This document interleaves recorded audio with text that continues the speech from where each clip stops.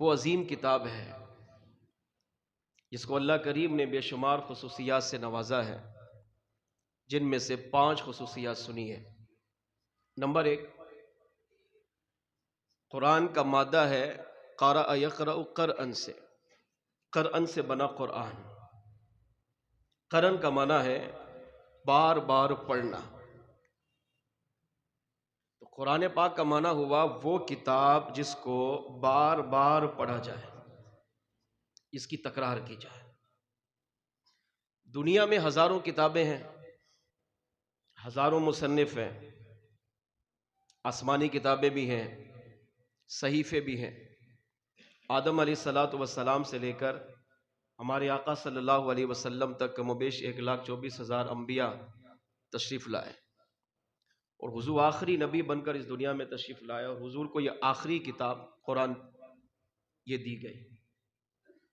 ان تمام کتابوں میں قرآن کی یہ خصوصیت ہے، قرآن کا خاصہ ہے، قرآن کی یہ شان ہے، قرآن کا یہ اعجاز ہے کہ قرآن وہ کتاب ہے جو دنیا میں سب سے زیادہ پڑھی جاتی ہے، اس کی تلاوت کی جاتی ہے۔ آپ حافظ قرآن کو دیکھیں تو وہ بھی قرآن پڑھ رہا ہے، ناظرہ قرآن کو دیکھیں وہ بھی قرآن پڑھ رہا ہے۔ رمضان آتا ہے تو مسلمان قرآن پڑھ رہے ہوتے ہیں۔ رمضان کے علاوہ بھی کئی عاشقان رسول ایسے ہوتے ہیں جو قرآن پڑھ رہے ہیں۔ دن میں اللہ نے 5 نمازیں فرض کی ہیں، 5 نمازوں میں قرآن کی تلاوت ہے۔ اور اگر پوری دنیا کا آپ ایک جائزہ لیں تو پوری دنیا کی رپورٹ یہ کہتی ہے کہ ہر آدھے گھنٹے کے بعد کہیں نہ کہیں اذان، اور ہر 1 گھنٹے بعد، پونے گھنٹے بعد کہیں نہ کہیں نماز ہو رہی ہوتی ہے۔ آپ مشرق سے چلیں، مغرب تک آئیں، شمال سے چلیں، جنوب تک جائیں، پوری کائنات گول ہے، تو پوری کائنات کا اس وقت جو نظام ہے وہ اسی طرح چل رہا ہے کہ ایک طرف شروع کریں تو یہاں ابھی اذان ہوئی، آگے نماز ہو رہی ہوگی، پھر وہاں اذان، پھر آگے نماز، یوں گھومتے گھومتے دنیا گھوم لیں گے، مگر ہر جگہ آپ کو ایک چیز ملے گی کہ یا تو اذان ہو رہی ہے، یا نماز ہو رہی ہے، یا نماز میں قرآن کی تلاوت ہو رہی ہے۔ سب سے زیادہ پڑھی جانے والی کتاب یہ قرآن پاک ہے۔ دوسری خصوصیت، اس قرآن کی حفاظت کا ذمہ کریم رب نے خود لیا ہے۔ آدم علیہ السلام سے لے کر عیسیٰ علیہ السلام تک کتابیں آئیں، صحیفے آئے، مگر کسی بھی کتاب، کسی بھی صحیفے کا ذمہ رب نے نہیں لیا۔ یہی وجہ ہے کہ ان امتوں نے اپنی اپنی کتابوں کی وہ عزت احترام نہیں کیا جو کرنا چاہیے تھا۔ انہوں نے اپنی کتابوں کو تقسیم کر دیا، کچھ پارے اسے دے دیے، کچھ اسے دے دیے، کچھ اسے دے دیے۔ اب جب ان کی کتاب ہی تقسیم ہو گئی، آپ سوچیں انہوں نے عمل کتنا کیا ہوگا۔ اللہ نے حفاظت کا ذمہ نہیں لیا ہے تو وہ کتابیں دنیا میں ہی تقسیم ہو گئی ہیں۔ قرآن وہ واحد کتاب ہے کہ پارہ 14 سورہ حجر آیت نمبر 9 میں اللہ نے اس کی حفاظت کا ذمہ لیا، فرمایا اِنَّا نَحْنُ نَزَّلْنَا الذِّكْرَ وَإِنَّا لَهُ لَحَافِظُونَ، بے شک ہم ہی اس قرآن کو نازل کرنے والے ہیں اور ہم ہی اس قرآن کی حفاظت کرنے والے ہیں۔ تیسری خصوصیت، قرآن پاک وہ عظمت والی کتاب ہے کہ جو مصطفیٰ جان رحمت صلی اللہ تعالیٰ علیہ وآلہ وسلم کا معجزہ ہے۔ آقا صلی اللہ علیہ وسلم کے لاکھوں معجزات ہیں۔ مثال کے طور پر چاند کے 2 ٹکڑے کیے، یہ بھی معجزہ۔ اپنی مبارک انگلیوں سے پانی کے چشمے جاری کیے، یہ بھی معجزہ۔ ڈوبے ہوئے سورج کو واپس پلٹایا، یہ بھی معجزہ۔ 10 افراد کا کھانا ہزاروں نے کھایا، یہ بھی معجزہ۔ جانور، درخت، انسان، فرشتے، جنات، ہر ایک حضور کی بارگاہ میں حاضر ہوا، یہ بھی معجزہ۔ ہر ایک کی فریاد کی، مشکل کشائی کی، یہ بھی معجزہ۔ مگر یہ سارے معجزات ختم ہو گئے، ابھی موجود نہیں ہیں۔ آقا صلی اللہ علیہ وسلم کے زمانے تک رہے، پھر ختم ہو گئے۔ قرآن وہ معجزہ ہے جو حضور کے زمانے میں بھی تھا، صحابہ کے زمانے میں بھی تھا، تابعین تبع تابعین کے زمانے میں تھا، اور 1400 سال میں یہی قرآن معجزہ اب بھی باقی تھا، آج بھی باقی ہے، اور اسی معجزے نے قیامت تک باقی رہنا ہے۔ یعنی صحابہ نے جو حضور کے معجزات آنکھوں سے دیکھے، یہ کمال ہے.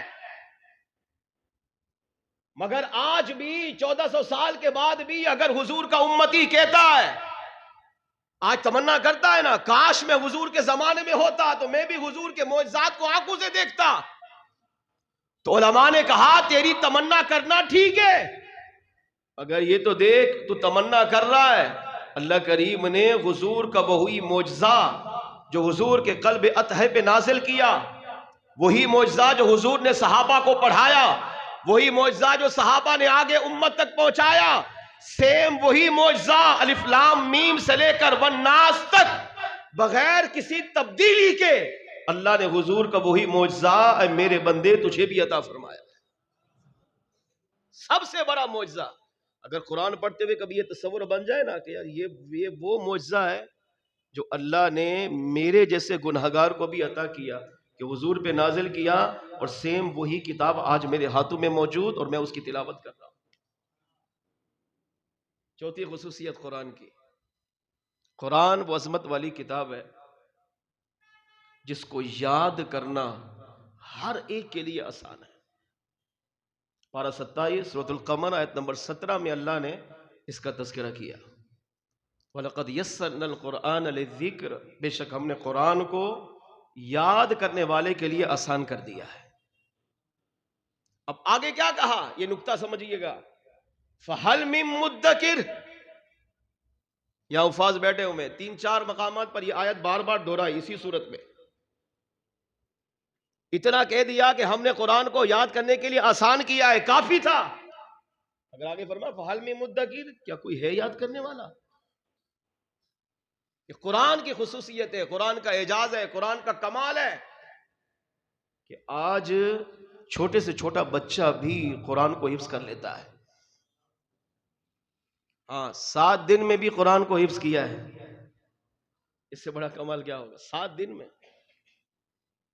1 ماہ میں دعوت اسلامی کے مدارس میں 1 ماہ میں قرآن پاک حفظ کیا ہے. ہمارے بزرگان دین کی سیرت پڑھے تو انہوں نے بھی، کسی نے 27 دن میں، کسی نے 7 دن میں، کسی نے 25 دن میں، کسی نے 1 ماہ میں قرآن پاک حفظ کیا ہے. اور اللہ کریم نے ان اولیاء کا صدقہ یہ دعوت اسلامی کو بھی دیا ہے کہ 3 سال، 2.5 سال، 2 سال، 1.5 سال، 1 سال اور 6 ماہ میں بھی دعوت اسلامی کے مدارس میں آج بچہ قرآن پاک حفظ کر لیتا ہے. اور 5ویں خصوصیت قرآن پاک کی ہے کہ قرآن کو جس سے تعلق ہوتا گیا نا، تو جس طرح قرآن عظمت والی کتاب ہے، قرآن کا تعلق جس سے جوڑا قرآن نے اس کو بھی عظمت والا بنا دیا. امام رازی نے تفسیر کبیر میں بڑی پیاری بات لکھی، فرماتے ہیں کہ یہی قرآن پاک جہاں جہاں سے گیا، کائنات کی جس چیز کا تعلق قرآن سے جڑا ہے، قرآن نے اسے عظمت والا بنایا ہے. مثال کے طور پر قرآن کون لے کر آئے؟ جبریل امین علیہ السلام. تو قرآن کا تعلق ہوا جبریل امین علیہ السلام سے. اللہ کریم نے قرآن کے صدقے جبریل امین علیہ السلام کو فرشتوں کا امام بنا دیا. قرآن لے کر آئے کہاں؟ شب قدر میں، رمضان کی 27ویں شب میں، انا انزلناہ فی لیلۃ القدر، بے شک ہم نے اس قرآن کو شب قدر میں اتارا. اب جبریل سدرۃ المنتہا سے قرآن کو لے کر چلے تو سب سے پہلا تعلق جڑا جبریل کا، تو جبریل امین علیہ السلام کو اللہ نے فرشتوں کا امام بنایا. پھر یہی جبریل قرآن کو لے کر نیچے آئے تو قرآن جس فضا سے گزرا وہ فضا کائنات کی تمام فضاؤں سے اعلیٰ. قرآن جس ہواؤں سے گزرا وہ ہوا کائنات کی تمام ہواؤں سے اعلیٰ. پھر یہی قرآن لے کر جبریل جس رات شب قدر میں زمین پر تشریف لائے، اللہ نے قرآن کے صدقے شب قدر کو سال کی تمام راتوں میں افضل والا بنا دیا ہے. پھر یہی قرآن لے کر جبریل زمین پر آئے اور یہی قرآن پاک مصطفیٰ جان رحمت کے قلب اطہر پہ اتارا تو اللہ کریم نے مصطفیٰ جان رحمت کے قلب اطہر کو تمام دلوں میں سب سے افضل بنا دیا ہے. پھر اسی قرآن کا تعلق حضور سے ہوا. امام الانبیاء صلی اللہ علیہ وسلم ویسے ہی عظمت و شان والے ہیں مگر قرآن جب حضور کے ساتھ جڑا، حضور کی مبارک ذات پہ نازل ہوا، تو اللہ کریم نے مصطفیٰ جان رحمت صلی اللہ علیہ وسلم کو انبیاء کا امام بنا دیا۔ اسی قرآن سے جب تعلق امتی کا جڑتا ہے، چاہے وہ ناظرہ پڑھ رہا ہو یا حفظ کر رہا ہو، اللہ کریم اس امتی کو بھی قرآن کے صدقے دیگر لوگوں میں افضل والا بنا دیتا ہے۔ قرآن کا تعلق تھا کتنا؟ امام راضی کہتے ہیں قرآن شب قدر میں اترا، تو شب قدر کو قرآن سے صرف اتنی نسبت ہے کہ ایک لمحے کا بھی کروڑواں حصہ۔ مثال کے طور پر یوسف علیہ السلام کو بھائیوں نے کنویں میں ڈالا، مشہور واقعہ۔ تو ایک نے کہا دھکا دو، ایک نے کہا نہیں دھکا دو گے تو یہ نیچے گریں گے اور انتقال کر جائیں گے، یہ اچھا نہیں ہے۔ تو ایک بھائی نے مشورہ دیا ایسا کرو اس کے رسی باندھو، کمر پہ رسی باندھ کے اس کو لٹکائے۔ اب یوسف علیہ السلام کو رسی باندھی اور کنویں سے لٹکا دیا۔ اب ایک سرا رسی بندھا ہوا ہے آپ کے مبارک جسم سے، ایک بھائی کے ہاتھ میں ہے۔ جب آپ کنویں میں جانے لگے تو بھائی نے رسی کو چھوڑا، اب ادھر رسی چھوٹی اور یوسف علیہ السلام فوراً کنویں کی گہرائی میں تشریف لائے، اور ادھر فرشتے نے پہنچ کر آپ کو اپنے پروں پہ اٹھا لیا۔ بھاری چیز کو جب نیچے پھینکا جائے تو وہ جلدی پہنچتی ہے، ہلکی چیز کو اگر آپ پھینکیں گے وہ بہت دیر سے پہنچے گی۔ مگر یوسف علیہ السلام کو بھائیوں نے کنویں کے کنارے سے گہرائی تک جب آپ رسی کو چھوڑا اور آپ تیزی کے ساتھ گئے، آپ بتائیں کتنی دیر میں پہنچو گے؟ سیکنڈ لگے۔ امام راضی کہتے ہیں اتنی تاخیر کنویں کے کنارے سے گہرائی تک نہیں لگی جتنی تاخیر اس سے بھی پہلے اللہ کریم نے قرآن پاک کو شب قدر میں نازل فرمایا ہے۔ دوسری مثال سمجھیں، ابراہیم علیہ السلام کو اللہ نے حکم دیا اسماعیل علیہ السلام کو ذبح کرو، آپ نے لٹایا، گلے پہ چھری رکھی اور اب ذبح کرنے کا ارادہ فرمایا۔ چھری نہیں چل رہی، آپ نے چھری کو تیز کیا، پھر آپ نے ذبح کرنا چاہا، پھر نہیں چلی، آپ نے پھر تیز کیا۔ اب ادھر اسماعیل علیہ السلام کا گلا، ادھر چھری ہے، تو پتھر سے چھری کو اٹھا کر گلے تک لائے۔ تو امام راضی کہتے ہیں کہ پتھر سے گلے تک چھری یہ بعد میں پہنچی، قرآن پاک شب قدر میں اس سے پہلے نازل ہوا ہے۔ اب ان دونوں باتوں کا خلاصہ کیا نکلا؟